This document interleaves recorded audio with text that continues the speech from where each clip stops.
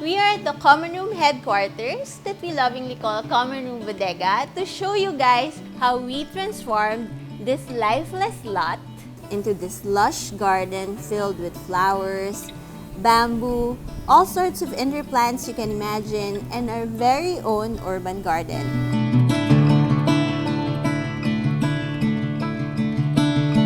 Bakit nga ba gusto namin ng garden? I'll let our past selves explain. This is my favorite thing to do in the morning.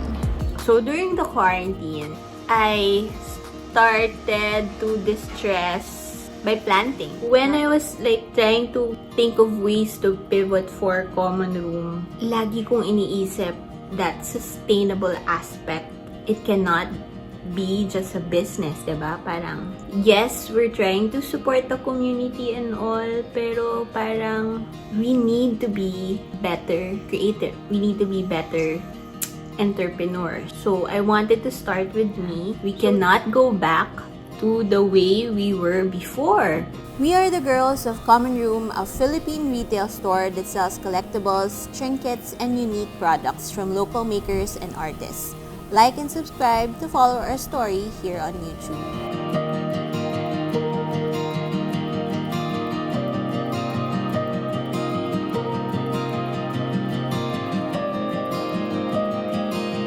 Common Room has 4 branches in Metro Manila. Pre-pandemic, we never had our own studio space because all funds went to putting up our dream stores. When the pandemic hit and we had no access to all of our stocks, that's when we realized we needed a central office to house our inventory and stocks. So we closed one store, sadly, and rented an old school near our house so that lockdown or not, we will always have access to the studio. Another reason why we chose this big space was this huge lot na perfect para sa aming dream garden. Honestly, 3 years in the making na tong garden. Talaga ngayon lang namin siya naupuan kasi there are a lot of things na kailangan unahin, small business, recovering from the pandemic. Yung naging motivation namin is our upcoming common room anniversary. Let's go! Ayusin na natin para ready na siya for our anniv. First, consider a professional. Check if kaya ng budget. Sa case namin, hindi. Dahil nga sobrang laki ng lot. So second, ay figuring out ano ba talaga yung gusto namin. Ano yung kayang kami na lang yung gumawa, ano yung kailangan ng professional. So ano yung mga sure na gusto namin na nasa garden? Simula pa lang gusto na namin yung bamboo. Kasi medyo sobrang open nung studio and we wanted some sort of cover. Then we had this big gate. So gusto namin ma-fill siya ng flowers. So vining flowers for sure dito yan. We wanted a jungle. So for sure yan yung mga gusto namin. We also wanted an urban farm. So there, ayan ang urban farm ni Kuya Budoy. And last but definitely not the least, gusto namin ang flower garden. At bakit? Dahil gusto namin, nakaka-inspire. Kailangan kang surrounded by beauty para ma-inspire. And hopefully, yun yung maramdaman ng lahat ng visitors natin dito sa bodega. And from those non-negotiable, those preferences, we started to build our plant boxes. Third is of course, asking a professional para sa parts na hindi namin kaya i-DIY. Dito pumasok yung aming mga suking plant supplier sa Rizal, si Ate Vicky at si Kuya Roque, for plant recommendations and care instructions for the garden. Yung data po ba ng sardinas? Isang punong galon, tapos ay isang timbang tubig. Tapos, bawat isang halaman, lalagyan nyo na isang lata. Ito pwede dito, ha? Ayan, ha? Ganyan po ang mangyayari niya. Kasi ang hugin niya po, nagiging puno. Ang pag-aalaga nga lang po ng hugin niya, talagang nasa nagtitrim lang po talaga. Welcome to our garden. Ito yung isa sa mga favorite parts of the garden ko, yung bamboo. Kasi ito yung mga sa simula pa lang hindi namin kailangan isipin. Gusto namin ng bamboo garden. So sa simula pa lang, tinanim na namin siya paglipat namin. And look at it, ang yabong na niya.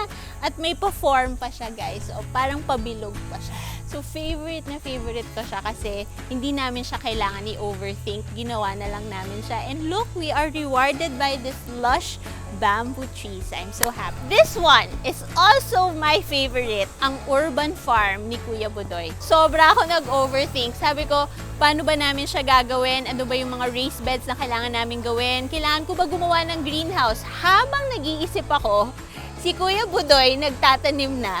So, hanggang ngayon, wala pa rin akong plano para sa urban farm. But, si Kuya Budoy ay nakapagtanim na. Look at it, diba? Sobrang galing. Kuya, ano na ang mga na-harvest mo sa iyong garden? Ang pinakaunang harvest ko ay pechay. Pechay. Pechay, tapos ito yung talong, saka yung okra. Ang dami na. May mga sili Sitaw. na. Sitaw, kaka-harvest ko lang. Super favorite ko is etong gate. Gusto ko kasi mapuno ng flowers. So, nung paglipat pa lang namin, nilagyan na siya nila mama nung puno namin sa bahay. Nilagay na niya dito kasi alam niya na nagpa-flower yon, which is masipag siyang mag-flower. So, look, dati, sanga lang siya. Ngayon may mga bulaklak na siya. Imagine nyo kung hinintay ako nila mamang magplano, baka wala pa siyang bulaklak. And alam nyo, every time nag-work kami dito, ito yung laging nag-a-attract ng mga bees, ng mga butterflies. Next favorite thing is ang aking indoor garden. Bakit ko siya favorite? Because again, very personal siya. Itong mga nakikita nyo halaman, galing yan sa aking bahay. Dito na siya ngayon because we needed a bigger space for my little girl. So, lahat ng plants ko from our garden, nalipat siya sa studio. So, favorite ko siya kasi personal siya. I've been collecting these indoor plants for so many years. Ilang lipat na kami ng bahay. Ito pa rin yung mga plants namin. Sobrang happy. Kasi I'm happy na the collection is growing with me and sobrang dami na namin balik-balik sa taas. Kaila Ate Vicky para bumili ng mga plants. Hello! Look at yan!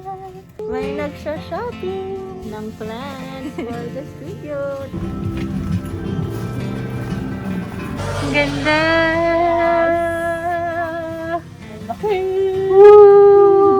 Last, but definitely not the least, ang aming flower garden!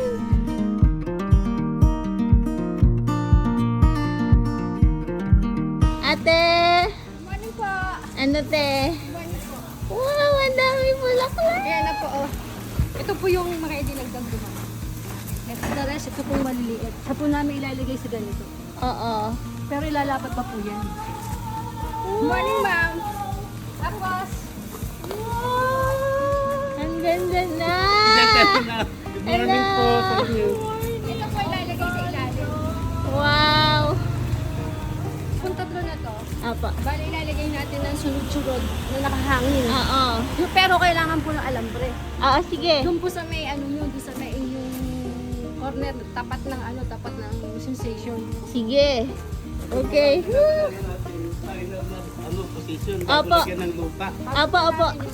Right now, they're adjusting. So, hindi pa siya sobrang in full bloom. Once they've adjusted, makikita na natin ang best version nila. And sana, by common room anniversary, sobrang yabong na niya. Favorite ko siya kasi I've always wanted one. And wala siyang reason kung bakit gusto ko talaga siya. Ang sarap lang nung feeling to do something just because you wanted to do something. I'm finally happy it's here. Nagawa na namin siya. And I'm excited to share this with everyone.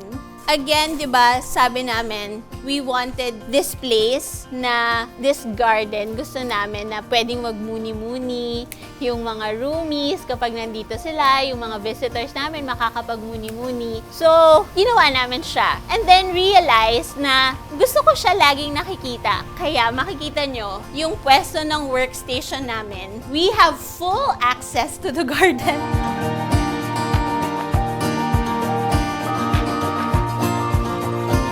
That's it for our common room garden tour. Hopefully, this episode inspires you to finally start that dream project na lagi mong set aside dahil life and adulting. Sana it inspires you to finally do it. Super cliche, but super true. Kasi if hindi mo siya gagawin ngayon, kailan mo pa siya gagawin? So hopefully, just start now and pursue things that make you happy. Thank you. Bye!